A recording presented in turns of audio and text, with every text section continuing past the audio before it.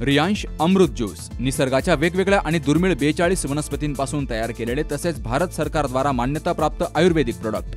रियांश अमृत juice मधुमेह, मुतखडा, संधिवात, रक्तदाब, दमा, लकवा, लठ्ठपणा आदी 650 पेक्षा जास्त आजारावर गुणकारी ठरलेलं नंबर 1 प्रोडक्ट। त्याचबरोबर रोगप्रतिकारक शक्ती वाढीसाठी अतिशय गुणकारी। तेव्हा हे प्रोडक्ट घेण्यासाठी आजच संपर्क साधा। रियांश मल्टीट्रेड प्रायव्हेट लिमिटेडचे रियांश अमृत ज्यूस। ईश्वर संजय शिंदे 78 75 37 75 21 आणि ओम बाबासाहेब आहेर 91 56 88 11 41। डोंगराला लागलेल्या भीषण आगीमध्ये गाय आणि गुराख्याचा होरपळून मृत्यू झालाय। ही घटना मंगळवारी 18 मार्चला दुपारी संगमनेर तालुक्याच्या पठार भागातील म्हसवंडी गावच्या परिसरातील वन विभागाच्या हद्दीत घडली आहे। सीताराम तुकाराम जाधव हे म्हसवंडी गावच्या परिसरातील जाधव वस्ती या ठिकाणी राहतात, तर ते जनावरं चारण्याचं काम करायचे। मंगळवारी त्यांच्या गायी वन विभागाच्या हद्दीत गेल्या होत्या।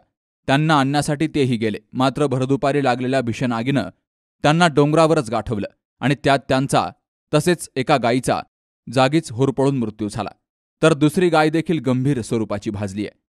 सायंकाळी गाय घेऊन ते घरी न आल्यामुळे कुटुंबियांनी त्यांची शोधाशोध केली, मात्र ते कुठेही मिळून आले नाहीत। बुधवारी सकाळी त्यांचं कुटुंबीय शोध घेत असताना त्यांना गायी आणि सीताराम जाधव यांचा मृतदेह मिळून आला। ही माहिती परिसरात समजताच नागरिकांनी मोठ्या प्रमाणात गर्दी केली।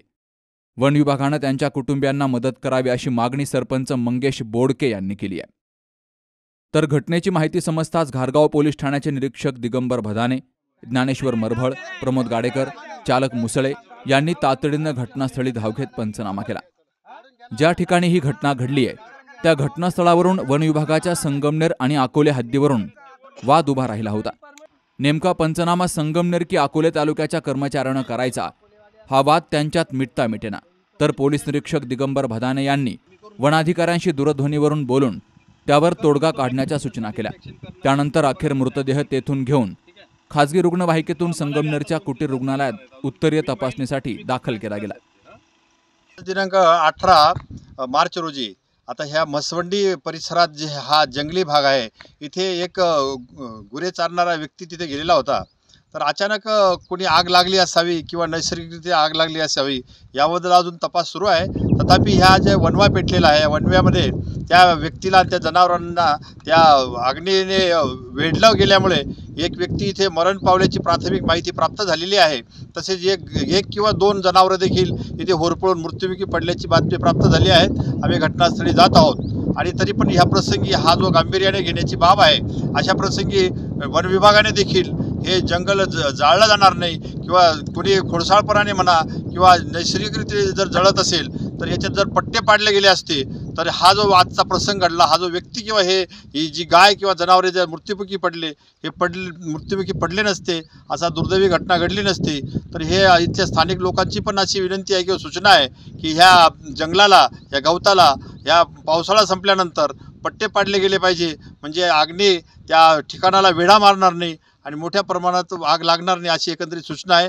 पोलिसांकडून देखील असं आम्ही त्यांना आवाहन करतो की लोकांनी देखील आग लावू नये, त्याचा तसा प्रयत्न करू नये, जेणेकरून अशी दुर्दैवी घटना घडणार नाही।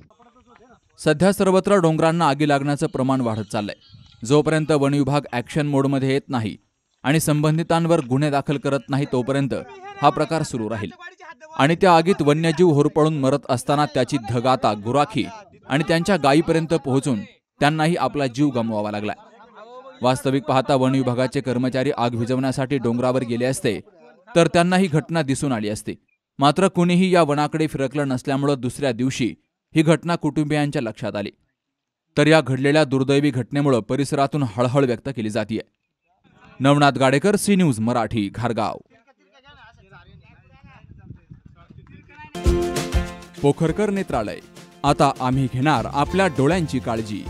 मोतीबिंदू, काचबिंदू आणि medical retina specialist doctor Santosh Kishor Pokharkar यांचे पोखरकर नेत्रालय। ठिकाण कीर्ती प्लाझा, एसटी स्टँड जवळ, जुने तांबे हॉस्पिटल समोर, संगमनेर। संपर्क 8108 17 63 65।